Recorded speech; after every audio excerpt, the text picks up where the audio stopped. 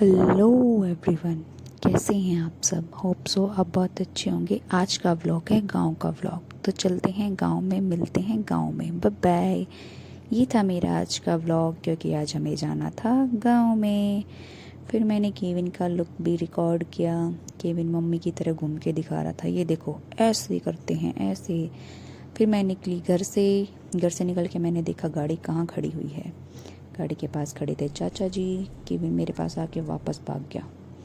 फिर हम चल दिए पेट्रोल पंप की तरफ। पेट्रोल पंप के पास जाके केविन कहता है, रुको, तुम्हें वॉल्यूम बढ़ानी नहीं आती, मैं बढ़ाता हूँ वॉल्यूम कितनी करते हैं। ये वॉल्यूम बढ़ा रहा था, इसको दिख गए इसके चाचा। फिर ये बोला, मैं तो अपने चाचा वाली गाड़ी में जाऊँगा। निकल दिए पेट्रोल पंप से। आगे जाके बोला, मैं तो वापस आऊँगा। पूरे रास्ते यही करेगा ये। फिर हम आ गए और एक केविन मम्मी कह रहा, मम्मी देखो ऐसे करके दिखाओ। मैंने कहा अच्छा बेटा, ये मेरे मायके का रोड है, मतलब सीधा जाए तो मेरा मायके आ जाता है।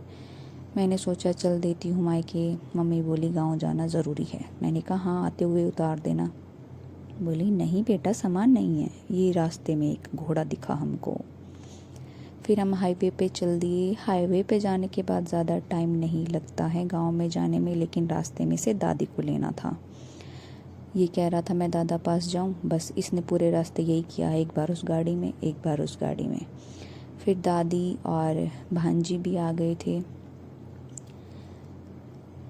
रोड क्रॉस कर रहे थे दोनों। फिर आ गए, वाइट वाइट हो रहे थे दोनों।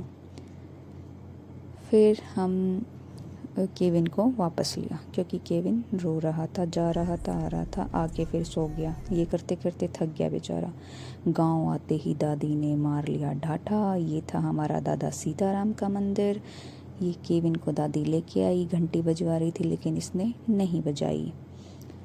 फिर हमने दादाजी को अच्छे से नहलाया ठंडे ठंडे पानी से, क्योंकि बहुत गर्मी थी और बहुत भीड़ थी मंदिर में। हे भगवान, पैर रखने की जगह भी नहीं थी। फिर हमने पूजा वूजा की। चाची यहाँ पर खड़ी होके थोड़ा समय वो देख रही थी, जगह बना लूँ, और टाइम भी देख रही थी क्या टाइम हो गया। फिर जगह बनाकर बाबा जी को अच्छे से पैर दबा वबा के फिर हम फ़ोटो क्लिक कराते हैं एक दो। यहाँ से निकलने के बाद फिर ये यहाँ खड़े होकर डिस्कस कर रहे थे कि कितने की पर्ची कटवानी है। मैंने कहा 1 लाख की कटवा दो। मैं कुछ नहीं बोली। फिर हम चले गए महिला पंडाल में, और वहाँ मुझे 2 लड्डू और ये सब्जी मिली, फिर पूरी मिली और फिर आलू की सब्जी मिली। ये था हमारा खाना। हम चल दिए गांव के घर की तरफ, क्योंकि गांव में हमारे रिलेटिव्स भी रहते हैं। हमारा घर है लेकिन वो तो बिल्कुल टूटा फूटा है। फिर हम वहाँ जाकर सारे बैठ जाते हैं, थोड़ी बातें करते हैं, कोल्ड ड्रिंक पीते हैं।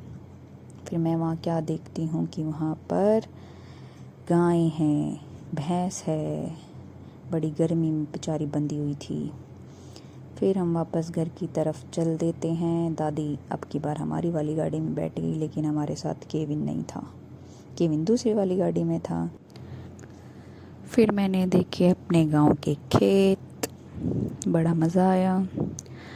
लेकिन अभी कुछ लगा नहीं रखा था, क्योंकि अभी गेहूं काटे थे। फिर मम्मी को दिखी नहर में मम्मी ने पूजा का सामान डाला और दादी अपने डेस्टिनेशन पर उतर गई। बोली मैं अपने घर जाऊंगी। मैंने बोला ठीक है दादी, चले जाओ। आते हुए उसी रास्ते से फिर आए। मुझे फिर से मेरा मायका दिखा, और मेरे मायके में ये फ्लैट बनने हैं बिल्कुल न्यू। अगर किसी को लेना है तो कांटेक्ट करे। घर आके मम्मी चूरमा बना रही थी। चूरमा देख के मेरे मुंह में पानी आ गया।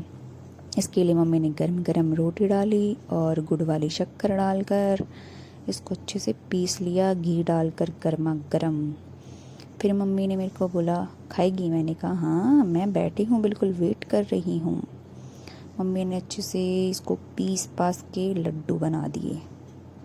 एक लड्डू मम्मी ने मेरे लिए बनाया और एक लड्डू केविन के लिए बनाया। बोली लो खा लो। मैंने बोला वाह मम्मी, आपके जैसा टैलेंट सब में होना चाहिए। लो गाइस, खा लो आप भी चूरमा, बड़ा टेस्टी।